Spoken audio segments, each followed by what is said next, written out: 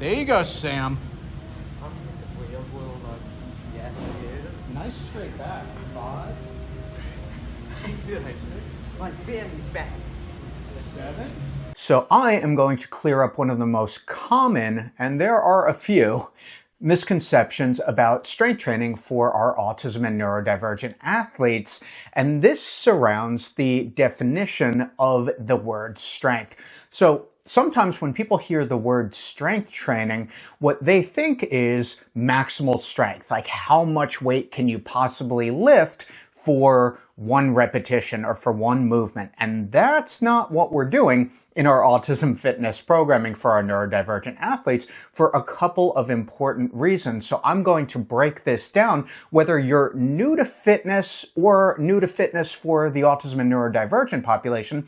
It's important to get our terminology down, not so that we can sound smart during conversation, so that we can operationally define and differentiate between the things that really matter. So when we talk about strength training, we have two distinct categories, and they may not look too different on the surface, but they really are. So we have maximal strength, and then we have repeated effort. Now, in our autism fitness programming, we focus on repeated effort for a number of really important reasons that I'm going to elaborate on, because again, this is crucial for our programming and for our athletes' safety as well. So let's get maximal strength out of the way. Maximal strength is just like it sounds, the most amount of weight that you can push or pull or squat or carry for a single repetition, or in the case of something like strongman training, for a single instance of distance, like if we're carrying a rock or a sandbag or a log or any strongman implement, which is fine.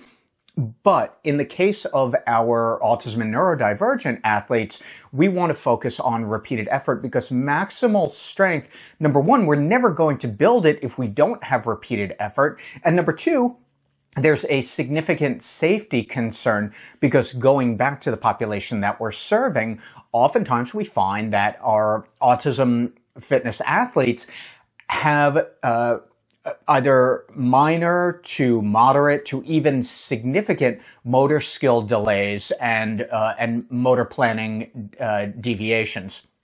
So if this is the case, we never want to start loading our athletes up heavier than they can perform the movement safely and effectively. Then when we talk about the effectiveness of that exercise, the exercise is going to be as effective as it is performed. So it is very often the case that we need to provide a modified variation of the exercise when the athlete is performing it, so that they can perform it with the appropriate or sufficient amount of motor control, tempo, and strength throughout the entire movement. That's going to make it both safe and effective.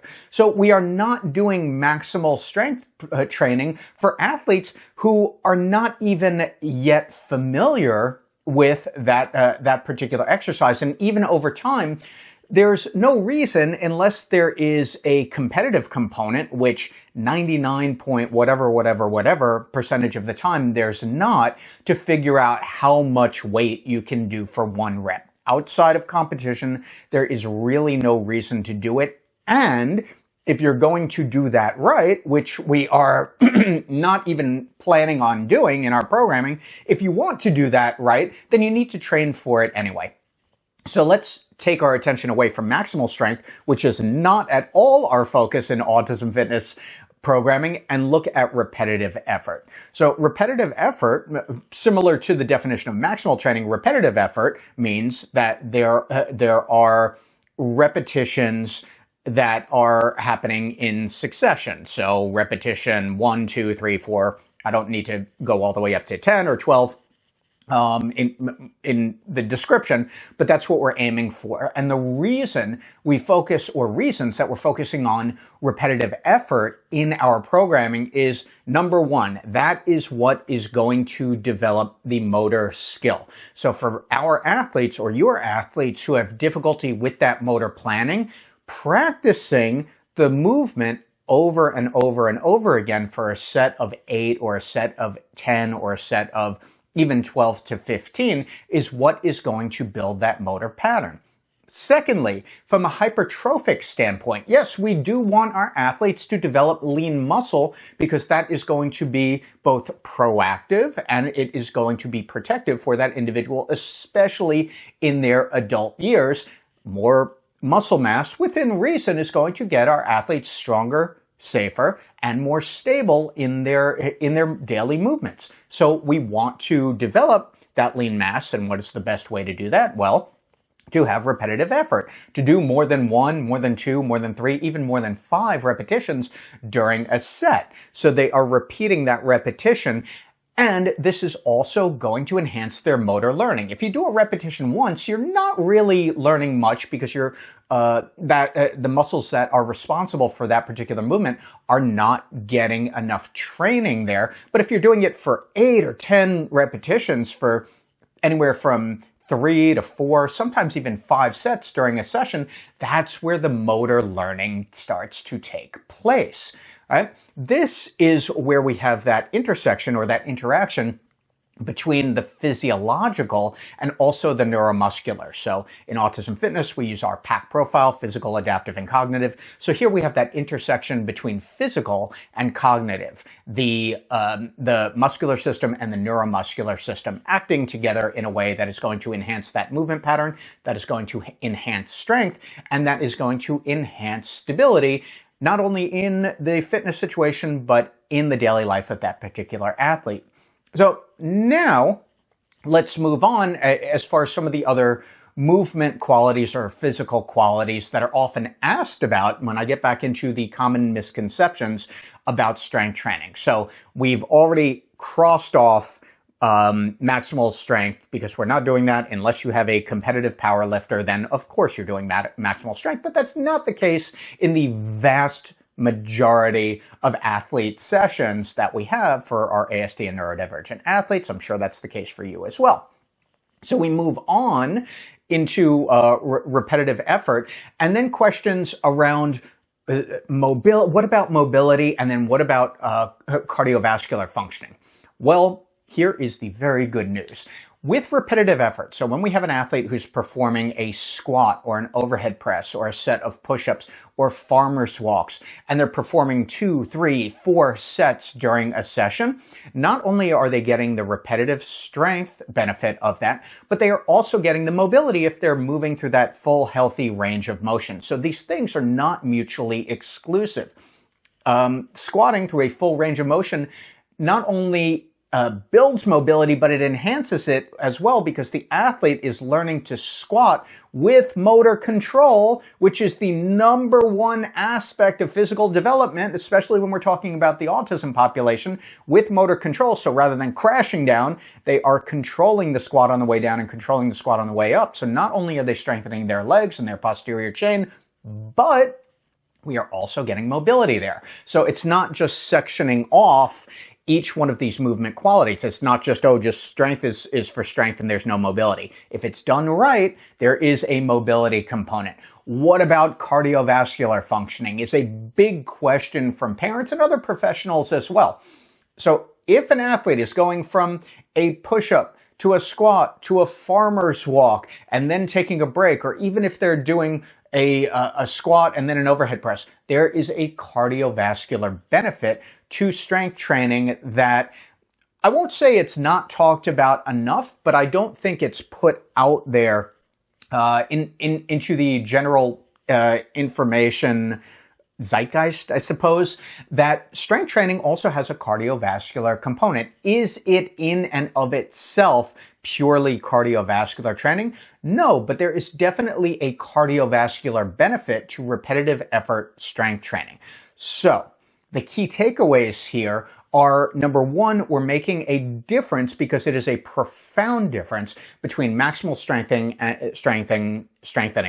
and repetitive effort strength training for anybody, but in particular our neurodivergent athletes. So we are focusing exclusively on repetitive effort, meaning sets of anywhere from 8 to about 15 repetitions, depending on the exercise. Secondly, we're focusing on repetitive effort because it's going to enhance not only the development of lean mass, but on that motor skill quality and building the athlete's ability not only to perform that movement independently, but to generalize it to other activities of daily living. Third, that is going to be a big safety component for that athlete because we're not trying to lift or squat or press as much weight as possible. We're trying to find that Goldilocks zone of the right amount of weight and the right amount of support, meaning modification, if that athlete needs it for that exercise. That's what you get in the Autism Fitness Pro curriculum. Hint right there. And then finally, there are other physiological or movement qualities that we get from well-programmed and well-coached repetitive effort strength training, these being mobility and cardiovascular health as well. I've seen some athletes go on the treadmill, or I've seen examples of treadmill running or walking, and oftentimes the gait pattern breaks down. So even though that athlete is moving, the movement quality is really poor. Why? Because the athlete does not have the strength and stability to sustain that gait pattern. So that's something to think about also. A stronger athlete is going to be a safer athlete both now and over time into their adult lives so that we can not only enhance those activities of daily living, but we can prevent some of the major health issues that are highly likely to occur if we don't address them through strength training, falls, cardiovascular health issues. So yes, we can combat these and mitigate them through strength training, and general weakening so that our athletes are less likely to be mobile, to go up and down stairs, to walk across the room to get something. It happens with our aging neurotypical population. It is happening with our neurodivergent population if we don't make strength training a part of their lives. So I hope this demythologized some of the misconceptions about strength training. It's not about how much weight can you possibly lift. It's about repetitive effort, doing it safely, sustainably, and at the current level of that particular athlete. And if you want to learn how to program, how to support your neurodivergent athletes, Autism Fitness Certification is definitely in your future.